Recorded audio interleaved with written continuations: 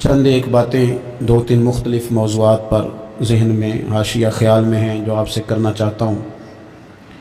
ایک تو میں نے آیہ کریمہ پڑھی ہے، اللہ تعالیٰ نے فرمایا کہ یا ایھا الذین آمنوا توبوا الی اللہ توبۃ نصوحا، فرمایا ایمان والو اللہ کی طرف توبہ کرو، اور توبۃ نصوحا کرنا، سچی توبہ کرنا۔ ہر شب برات پہ، شب قدر پہ توبہ کا عنوان ہر جگہ پہ بیان کیا جاتا ہے۔ اس کی ایک خاص حکمت ہے، وہ یہ ہے کہ اسلام وہ خوبصورت مذہب ہے جس میں توبہ کا دروازہ ہمیشہ کھلا رہتا ہے۔ ہمارے ضمیر پر روز خود بخود اس بات کی دستک ہوتی ہے کہ یار تجھے ٹھیک ہو جانا چاہیے۔ جب ہم اس پر قرآن پاک کی آیات سنتے ہیں، احادیث مبارکہ سنتے ہیں، بزرگان دین کی بات سنتے ہیں، تو ہمارے ضمیر میں بات پہلے سے موجود ہوتی ہے کہ ٹھیک ہونا چاہیے، تو وہ قرآن و سنت کی بات اس میں مزید برکت پیدا کرتی ہے، اور انسان کا شعور بیدار ہوتا ہے کہ مجھے جلدی سے توبہ کر لینی چاہیے۔ توبہ کا مطلب ہوتا ہے اپنے پچھلے تمام گناہوں سے اللہ کے حضور معافی مانگنا۔ میں بھی جانتا ہوں، آپ بھی جانتے ہیں کہ اگر ہم نے کسی شخص کے ساتھ زیادتی کی ہو تو معافی کا کیا طریقہ ہے۔ ایسا تو نہیں ہوتا کہ آپ اس کے سامنے بیٹھیں اور بیٹھ کے آپ کہیں معاف کر دے، معاف کر دے، معاف کر دے، معاف کر دے۔ آپ کو یہ بھی پتہ ہوتا ہے کہ یہ بندہ کس طرح کا ہے، یہ بھی پتہ ہوتا ہے میری زیادتی کس طرح کی ہے، یہ بھی پتہ ہوتا ہے کہ راضی کیسے ہوگا۔ ہم وہ سارے لوازمات جمع کرتے ہیں، اور اگر ہمیں یہ پتہ ہونا کہ میرے اکیلے سے جانے سے یہ معاف نہیں کرے گا تو اس شخص کو ساتھ لے جاتے ہیں جس کی وہ بات مانتا ہے، اور پھر ہم اس طرح سے منت کرنے کی کوشش کرتے ہیں کہ جیسے وہ شخص مان ہی جائے۔ صرف سمجھانے کے لیے مثال دے رہا ہوں، توبہ رٹا لگانے کا نام تو نہیں نا، توبہ تو اللہ کو منانے کا نام ہے۔ ایک شخص اپنے گناہ چھوڑنے کا ارادہ ہی نہیں کر رہا، اور وہ اپنی غلطی کو غلطی تسلیم ہی نہیں کر رہا، اور اپنی غلطیوں سے وہ پیچھے ہٹنے کو دو قدم بھی تیار نہیں، تو توبہ کوئی رٹا لگانے کا نام تو نہیں۔ آپ توبہ طوطے کو رٹا دیں تو طوطا توبہ توبہ پکارتا رہے تو اس کو وہ چیز تو نہیں حاصل ہونے لگی۔ توبہ ایک بڑی خاص بات صوفیاء نے لکھی ہے، اگر آپ سمجھیں تو بڑا نفع دے گی۔ وہ کہتے ہیں جس طرح گھر چھوٹا بنانا ہو یا بڑا بنانا ہو، زمین تو درکار ہوتی ہے کہ نہیں؟ زمین ہوگی تو گھر بنے گا، چاہے وہ چھوٹی سی کٹیا بنے یا بہت بڑا محل بنے، زمین کا ہونا ضروری ہے۔ اسی طرح آپ نے نیک اعمال تھوڑے کرنے ہیں یا زیادہ کرنے ہیں، توبہ کا ہونا ضروری ہے۔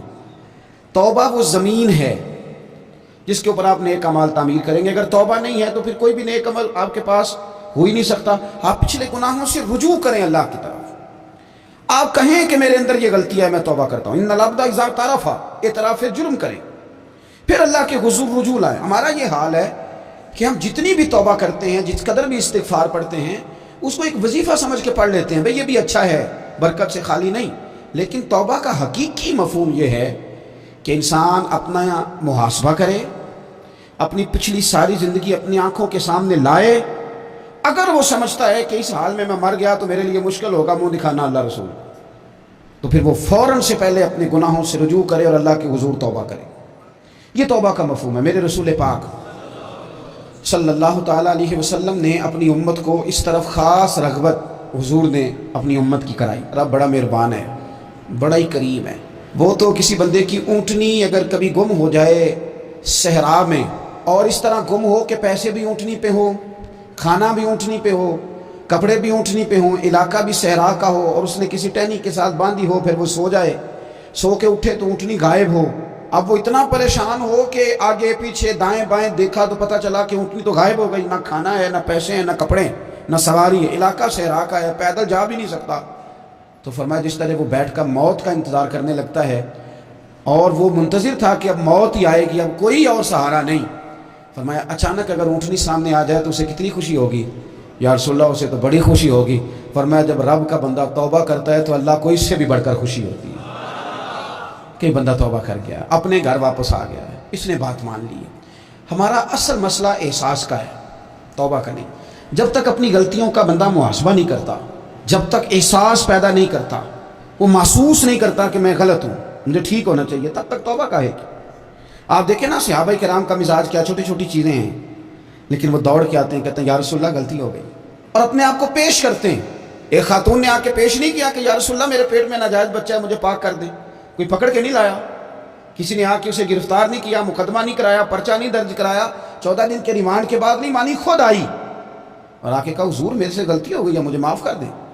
تو رسول پاک صلی اللہ تعالیٰ علیہ وسلم نے بچے کی ولادت کے بعد اسے دوبارہ بلایا، کہا بعد میں آنا، وہ آئی، اسے سنسار کیا گیا۔ تو جب کسی شخص نے کہا نا کہ یہ تو بڑی نفس کے ہاتھوں گرفتار عورت تھی اور کتنا بڑا جرم کیا، تو پھر حضور نے پتہ کیا فرمایا؟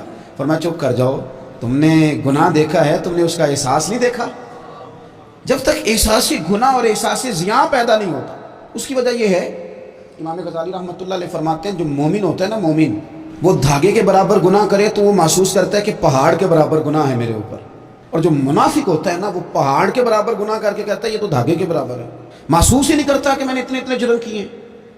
وہ تسلیم کرنے کو تیار نہیں ہوتا، جب تک تسلیم نہیں کرتا تب تک توبہ کا کوئی معنی سمجھ میں نہیں آتا۔ اور توبہ کریں تو پھر توبہ نہ، اور بھائی جس نے ماننا ہوتا ہے وہ تو اشارے سے بھی مان جاتا ہے، اور جنہوں نے نہیں ماننا نا، میں کئی دفعہ کہتا ہوں یہ میرا جو دور ہے یہ سیانے لوگوں کا دور ہے، سمجھدار زیادہ ہیں، اور سمجھدار بھی اس طرح کے سمجھدار نہیں جس طرح کا معاملہ فہم سمجھدار ہوتا ہے۔ سمجھدار چالاک قسم کے، اپنے حق میں سمجھدار اور اپنے ذہن کے مطابق فیصلہ کرنے والے لوگ۔ پھر ہم بہت ساری جگہوں پہ ٹامک ٹوئیاں کھاتے ہیں۔ جس نے ماننا ہے اس نے اشارے سے بھی مان جانا ہے، اور جس نے نہیں ماننا اس نے کہنا مجھے 24 سال ہو گئے فلانی جگہ جمعہ پڑھتے پر میں ماننے کو تیار نہیں ہوا، نہیں نہ ماننا تو مجھے 20 سال ہو گئے فلانی جگہ جاتے آتے، بس نہیں ماننا تو پھر مزاج نہیں ہوتا۔ جس نے ماننا ہے، حضرت فضیل بن عیاض رحمۃ اللہ علیہ ڈاکو تھے، اور نیرے ڈاکو نہیں تھے، ڈاکوؤں کے سردار تھے۔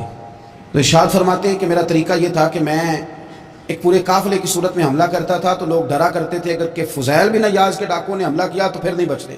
ایک دن گزر رہا تھا تو ایک قاری صاحب آیت پڑھ رہے تھے، لا تقنطوا من رحمت اللہ، اللہ کی رحمت سے کبھی نا امید نہ ہونا، ان اللہ یغفر الذنوب جمیعا، بے شک وہ سارے ہی گناہ معاف کر دے گا۔ آپ فرماتے ہیں میرے دل میں بات اثر کر گئی، ماننا ہے نا۔ جس نے نہیں ماننا اس نے 6666 آیتوں کا ترجمہ پڑھ کے بھی توجہ نہیں کرنی۔ آپ ارادہ کریں نا، آپ اپنے دل کی زمین کو زرخیز بنائیں۔ فرماتے ہیں میں فوراً وہ آیت سنی تو میں رویا، اور میں وہ حافظ صاحب کے پاس چلا گیا، ان سے اجازت لی، ان کے کمرے میں داخل ہوا۔ میں نے کہا آپ نے بھی آیت پڑھی ہے کہ اللہ سارے گناہ معاف کر دے گا؟ تو جس بندے نے کئی سال ڈاکے ڈالے ہوں، بیٹیاں روتی رہتی ہوں پر وہ مال لے کے آ گیا ہو، مائیں واسطے دیتی رہتی ہوں پر وہ لوٹ کے نکل آیا ہو، اب جی اگر وہ بندہ بھی سچے دل سے توبہ کرے تو اللہ معاف کر دیتا ہے۔ تو آفو جی کہنے لگے میں کون ہوتا ہوں تمہیں کوئی تفسیر بتانے والا، میں نے تو قرآن کی آیت پڑھی ہے، میرا رب کہتا ہے لا تقنطوا من رحمت اللہ، تم نے مایوس نہیں ہونا، تم آ جانا، معافی مانگ لینا، ان اللہ یغفر الذنوب جمیعا، اللہ سارے گناہ معاف فرما دے گا، اللہ سارے گناہ۔ تو یہ تو اللہ فرما رہا ہے۔ فضیل بن عیاض کہتے ہیں میں نے کہا ختم ہو گئی بات، توبہ بھائی۔ واپس آیا تو وہ میرے ساتھ جو تھے نا ان سے میں نے کہا سردار نیا تلاش کر لو بھائی۔ اب ارادے بدل گئے، پروگرام کچھ اور ہو گیا، اب تو لوگ ہمیں تانے دیں گے، اب تو لوگ باتیں کریں گے کہ اوتھے کی لین جانا ہے۔ فضیل بن عیاض کہنے لگے بس بھائی توبہ کرنی، اب تم کوئی اور سردار تلاش کر لو۔ اور اوپر سے نہیں کہا، توبہ کی تقریریں نہیں کی، دوسروں کو میسج نہیں بھیجے، اور لیکچر نہیں جھاڑے، رو کے کہا، درد سے کہا، دل سے کہا۔ تو وہ جو باقی کے تھے نا ان پر سردار کی بات کا اثر ہوا، کہنے لگے سردار ہم نے سردار نیا نہیں ڈھونڈنا، اگر چوریاں مل کے کی ہیں تو اب تو اس طرح تو نہ کر، توبہ بھی مل کے ہی کریں گے، اب اللہ اللہ بھی مل کے ہی کریں گے، اب بس تو اگر ادھر جائے گا تو ہم بھی تو جائیں گے نا۔ اللہ اکبر۔ فضیل بن عیاض کہتے ہیں ظاہر ہے مال لوٹا کرتے تھے، میں نے مسئلہ پوچھا علماء سے تو انہوں نے بتایا کہ یہ تو حقوق العباد کا مسئلہ ہے، جو لوٹا ہے وہ تو واپس کرنا ہی پڑے گا۔ اب میں نے وہ پیسے جمع کیے، اب سارے تو میرے پاس تھے نہیں، جتنے میں دے سکتا تھا دیے، جو کھا چکا تھا وہ رہ گئے، ایک یہودی کے پیسے رہ گئے، اس کے گھر چلا گیا، میں نے جا کے اسے کہا میاں میں نے کر لیا توبہ، اور میں وہ فضیل بن عیاض ڈاکو ہوں جس کے تیرے گھر سے اتنا مال لوٹا تھا، میرے پاس پیسے کوئی نہیں، وہ پیسے لگ گئے، اب تو اس طرح کر مجھے معاف کر دے۔ وہ کہنے لگا نا جناب، یہ بھی کبھی کبھی ہوتا ہے، لوگ نا شرافت کو بزدلی سمجھ لیتے ہیں۔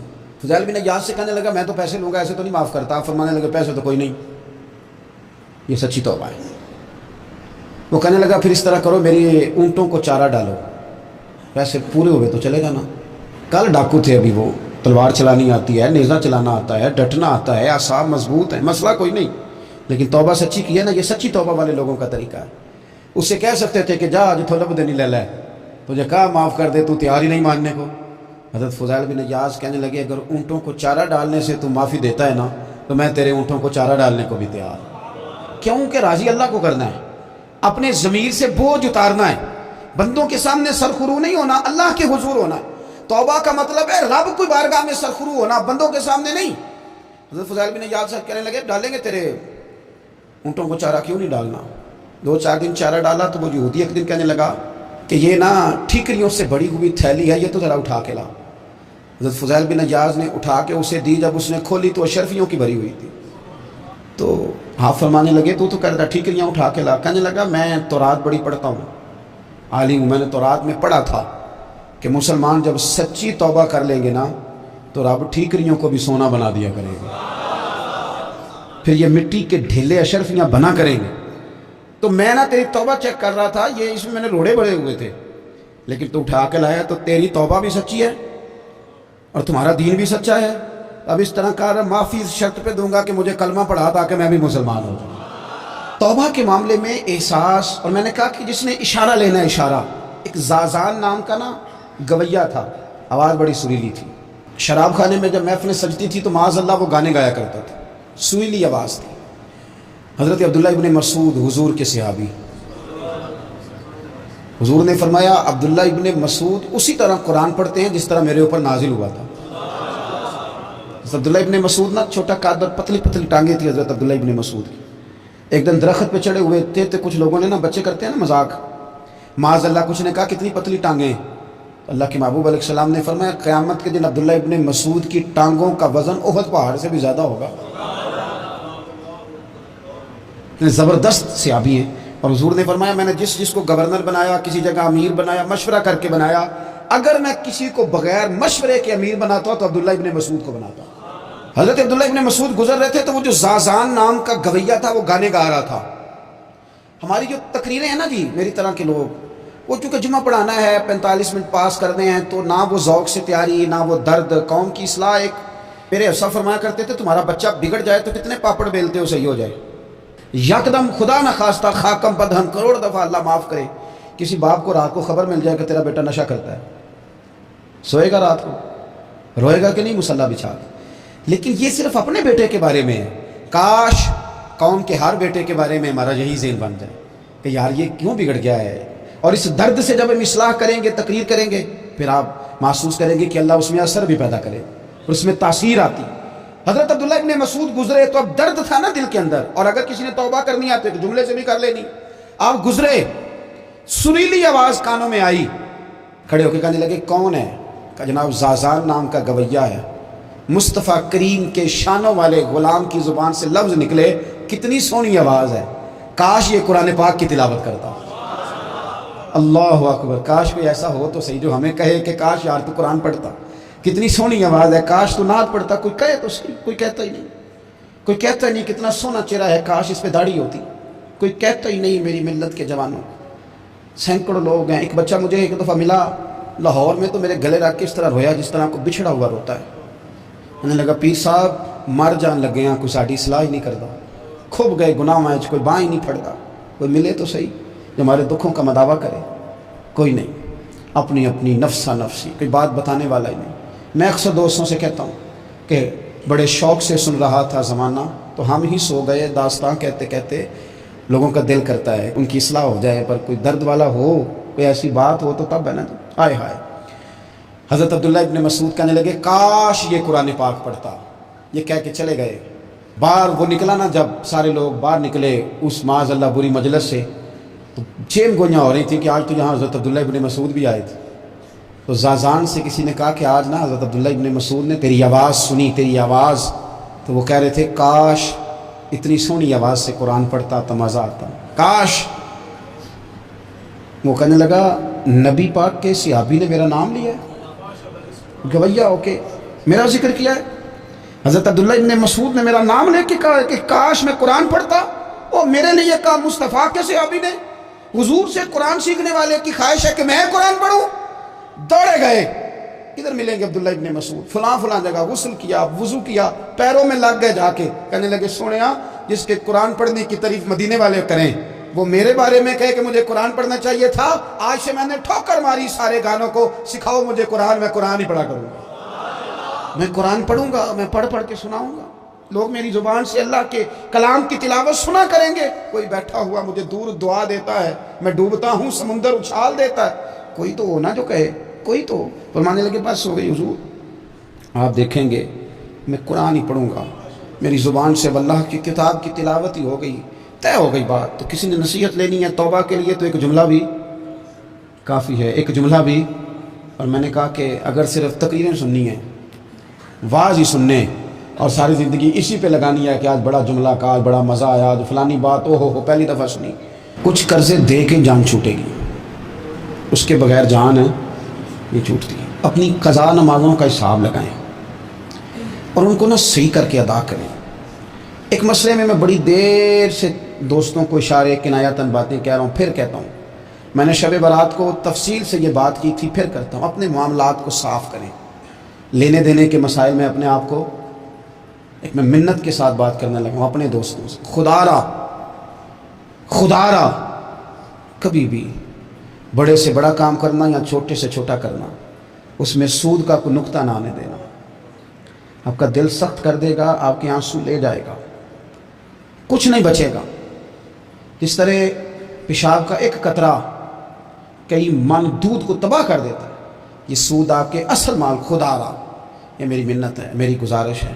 میں ان دوستوں کو جانتا ہوں، مجھے لگتا تھا کہ یہ ولایت کا رستہ طے کریں گے، لیکن چلے کچھ جگہ مجبوریاں ہوتی ہیں، کچھ معاملات ہوتے ہیں، لیکن کوئی ایک آدھ نقطہ ایسا آتا ہے بیچ میں، وہ لے جاتا ہے ساری چیزیں۔ نبی پاک علیہ الصلوۃ والسلام نے فرمایا بندہ بڑا سفر کر کے آتا ہے، بکھرے بال، بری حالت، رو کے دعائیں مانگتا ہے، یا اللہ یا اللہ یا اللہ کہتا ہے، اور اللہ اس کی دعا قبول نہیں کرتا۔ سنیا آپ کہہ رہے ہیں رحمت للعالمین ہو کہ رب قبول نہیں کرتا؟ حضور نے فرمایا اس نے پہنا بھی حرام پیسوں کا، کھایا بھی حرام پیسوں کا، پیا بھی حرام پیسوں کا، جتنی مرضی مانگے پھر مالک اس کی دعاؤں کو مستجاب۔ ہمارا ایک تو ہے اپنا عمل، ایک ہے توبہ، ایک بات کی اعمال ہم نے۔ ایک آخری بات یہ آپ سے کرنی ہے کہ ہمارے ذمے جس طرح ہمارے بچوں کی ڈیوٹی ہے نا، بیوی کا نان نفقہ خامد کے ذمے ہوتا ہے، ماں باپ بوڑھے ہوں تو ان کی ڈیوٹی اولاد کے ذمے، اسی طرح قیامت تک نبی کوئی نہیں آئے گا، دین کی جو ڈیوٹی ہے وہ نبی پاک کی امت نے ادا کر دی۔ اور اللہ کیا فرماتے ہیں قرآن مجید کی سورہ محمد صلی اللہ تعالی علیہ وسلم، اللہ فرماتے ہیں یا ایھا الذین آمنوا ان تنصروا اللہ ینصرکم، اے ایمان والو اگر تم اللہ کے دین کی مدد کرو گے تو اللہ تمہاری مدد کرے گا، وَيُثَبِّتْ أَقْدَامَكُمْ، اور اللہ تمہارے قدموں کو جما دے گا، یعنی تمہیں مضبوط کر دے گا، تم مضبوط سے مضبوط ہوتے جاؤ گے۔ شرط کیا ہے؟ ان تنصر اللہ، اگر تم اللہ کے دین کی مدد کرو۔ اپنے مزاجوں میں نا اللہ کی دین کی مدد کا ذوق پیدا کریں۔ هُوَ الَّذِي أَرْسَلَ رَسُولَهُ بِالْهُدَىٰ وَدِينِ الْحَقِّ لِيُظْهِرَهُ عَلَى الدِّينِ كُلِّهِ، میں پوری دنیا کے مسلمان حکمرانوں کو یہ بتانا چاہتا ہوں کہ یہ جو میرے نبی پاک کا دین ہے نا، یہ دبنے نہیں آیا، یہ غالب ہونے کے لیے آیا ہے۔ اور اسلام کی فطرت میں قدرت نے لچک دی ہے، اتنا ہی یہ ابھرے گا جتنا کہ دبا دو گے۔ کیا سمجھتے ہیں اسرائیل کے گنڈے کہ وہ مسجد اقصیٰ میں نمازیوں کو تنگ کر کے تو وہ کہیں گے کہ ہمیں پوچھنے والا کوئی نہیں؟ اسلام کی فطرت میں قدرت نے لچک دی ہے، اتنا ہی یہ ابھرے گا جتنا کہ دبا دو گے۔ بانجھ نہ سمجھا جائے اس امت کو، بس یہ جو مسلمان حکمران ہیں یہ اتنی بات سمجھ لیں کہ تم جب ان یہودیوں سے کافروں سے معاہدے کرتے ہو تو تمہیں تو کچھ خیال نہیں آتا، تم تو صرف دنیا داری دیکھ کے چلتے ہو۔ کاش بال بچہ دیکھتے ہوئے، مال دیکھتے ہوئے، ملک اور زمین دیکھتے ہوئے تم ایک دفعہ اللہ کا دین بھی دیکھو۔ یہ تمہاری ذمہ داری ہے، یہ نبی پاک نے ڈیوٹی لگائی ہے۔ اپنا اپنا کردار ہمیشہ دین کے لیے پیش کریں، اپنا اپنا کردار، وہ ضروری نہیں کہ چندے کی صورت میں ہی ہو۔ آپ کسی بے نمازی کو نماز کا مشورہ دیں، آپ نے دین کی خدمت کی۔ آپ نے ماں باپ کے نافرمان کو فرما برداری کا مشورہ دیا تو آپ نے دین کی خدمت کی۔ اگر آپ نے کسی بندے کو کہا یار تیرا قرآن پاک ٹھیک نہیں، چل قاری صاحب کے پاس، تیرا تلفظ ٹھیک ہونا چاہیے، کو آدھا گھنٹہ نکال کے سیکھ لے، یہ لفظ کہنے سے ہی آپ نے دین کی خدمت کی۔ میرے نبی پاک صلی اللہ تعالی علیہ وسلم نے فرمایا ایک جملہ بول کے جو دین کی دعوت دے گا، ایک ایک جملے پہ اللہ 1,000 سال کی عبادت کا ثواب دے گا۔